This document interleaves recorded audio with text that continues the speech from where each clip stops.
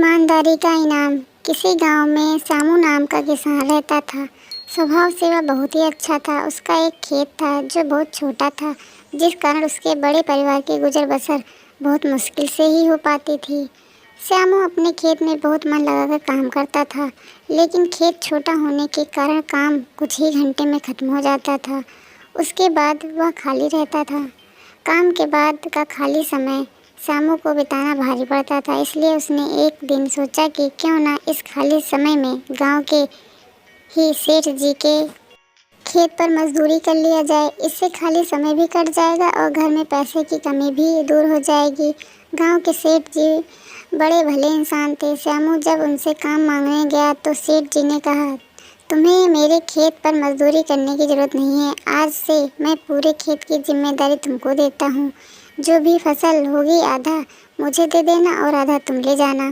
सेठ जी के इस भले व्यवहार से श्यामू बहुत खुश हुआ और अगले ही दिन उनके खेत पर काम शुरू कर दिया।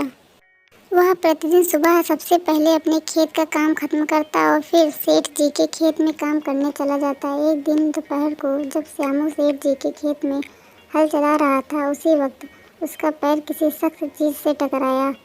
जब उसने मिट्टी हटाकर देखा तो वहाँ पर मिट्टी से बना एक छोटा मटका था, जिससे के ऊपर लाल कपड़ा बंधा हुआ था।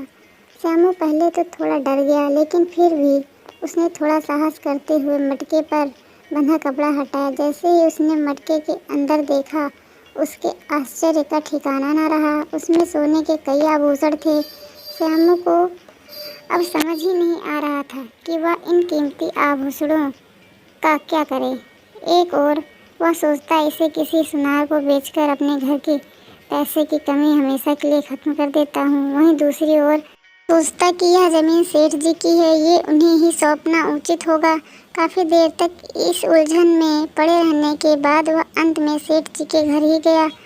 उसने सेठ जी को सारी कहानी बताकर मटका उन्हीं के सामने रख दिया। मिट्टी का वह मटका देखकर सेठ जी उसे पहचान गए और बोले, ये मेरी दादी के आभूषण हैं। मैं कई वर्षों से इसे खोजने की कोशिश कर रहा था। मुझे पता नहीं था कि ये कहाँ गड़े हुए हैं।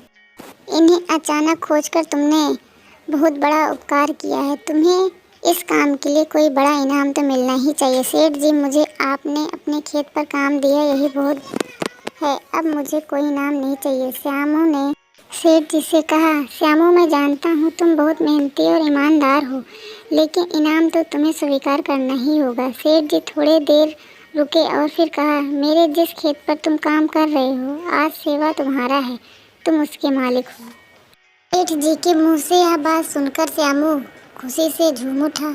उसकी आंखों में खुशी के आंसू थे। वह मन ही मन सोच रहा था कि यदि वह लालच में पढ़कर अपनी ईमानदारी को भूल जाता तो उसे इतना बड़ा इनाम नहीं मिलता। दोस्तों, इस कहानी से हमें यह सीख मिलती है कि ईमानदारी सबसे अच्छी नीति। थोड़े से लालच के लिए किसी के साथ बेईमानी नहीं करनी चाहिए।